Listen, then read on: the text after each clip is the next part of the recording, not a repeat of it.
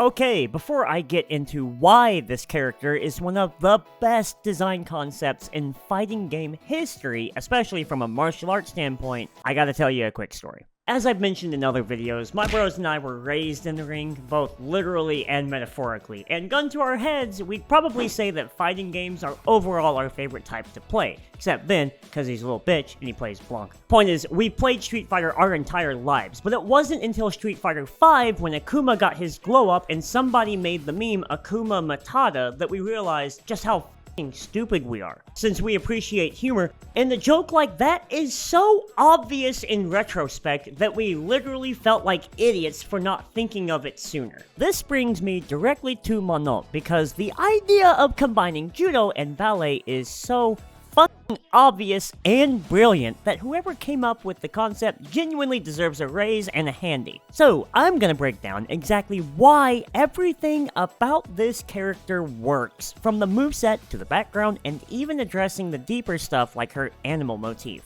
So let's bow in and go over why Manon works on every level. Manon wins!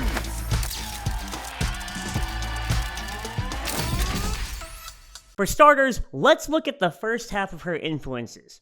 Judo. They've got to open up! Somebody's got to go for it! So, when it comes to full contact fighting, Judo is considered one of the holy trinity of grappling arts, alongside Brazilian jiu-jitsu and wrestling. While all three of those martial arts have throws, takedowns, and submissions, Judo's biggest strength is in the throw game. Not to say the others are lacking, not to say Judo is lacking, but throwing is literally what Judo is famous for. Sayonage, Dima. So logically, Manon is a grappler, but since you can't make a move layout that's oops all grabs, they had to repurpose some of Judo's movements as actual strikes. By far, my favorite example is how Capcom repurposed feelers as her light punches. Real quick, a feeler in grappling is a quick, non-committal reach for a sleeve or a wrist or a knee, whatever, Dima, that's mainly used for feeling out your opponent's reactions. It is literally the grappling equivalent of a jab, which coincidentally enough is the fighting game community's nickname for light punch buttons. This is straight beauty, everyone, and it's a shame that you only really appreciate it if you actually know martial arts to begin with, but damn it, that's why I'm here, and that's why I'm making these videos. So yeah, her light punches are perfect, especially the crouching one. It's a feeler parry, Dima. Like, that's what you do when somebody reaches at you with a feeler. You slap that shit out of the way and then go with your own. It's perfect, man. I can't stress that enough. And they turned it into her crouching LP, man. It's so inspired. I just love it. I can't stop gushing over it. It doesn't stop there, though. All of her punches are different variations of reaches in Judo. And it does not matter if she's standing or crouching, there's always going to be something organic found. It's just so cool, man. And speaking of crouching, can we all just acknowledge that Manon and Luke have the absolute best crouching animations in the entire franchise? I don't know about you, but actually squatting to the floor when crouching in a fighting game has always driven me nuts. Although I'm gonna give Chun-Li a pass for her Cheng Chuan poses. Be sure to let me know below if you want Chun-Li to be next on the martial art breakdown, because there's a lot to talk about with her too.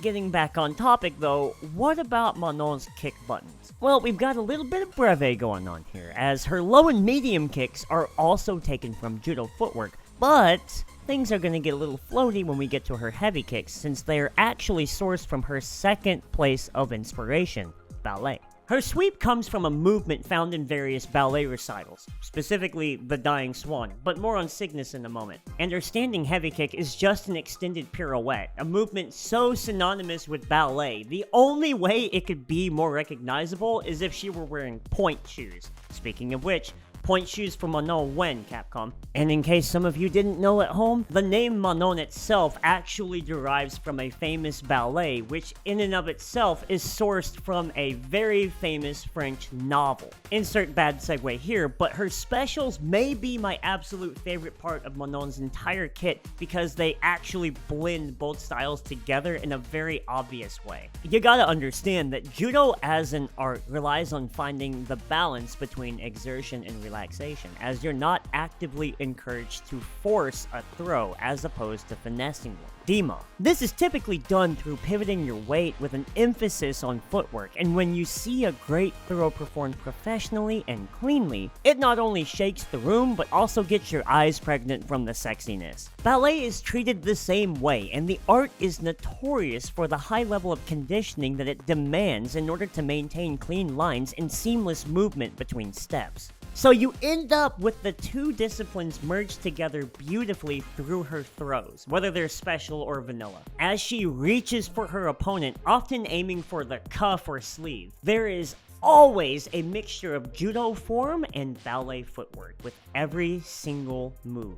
Whether that is opening her hip all the way for maximum extension on her uchimata throw, or pirouetting into her grab, spinning her opponent, and slamming them with an okuri ashi barai. Dima. Matter of fact, the only moves that don't blend together are techniques of hers that derive entirely from ballet. But even then, those still have a little something extra that makes them pop visually. A feather motif.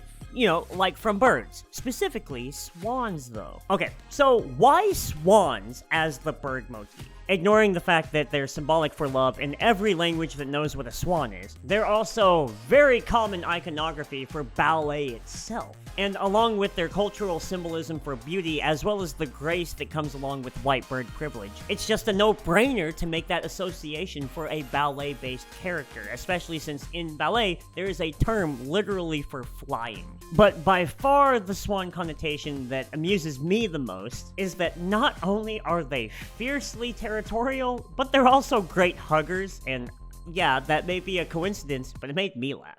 Alright, it's time to wrap it all up by going over Manon's visual design. So on top of being a world champion judoka and ballerina, she's also a fashion model in the world of Street Fighter. And you can see it in all of her costumes. Her default outfit has her judo gi hanging off her gracefully with stylized athletic wear underneath. Even her hair fits the theming, and it's stylized in an exaggerated hime cut. Swan princess, anyone? Hell, even her long-ass neck and limbs further cement the connection between high-class dance, her animal motif, and the fashion industry. Finally, the medals she wears aren't only an accessory, but also a statement to her success and a reminder that she's also a fighter, which is why she still got it on in her celebrity costume.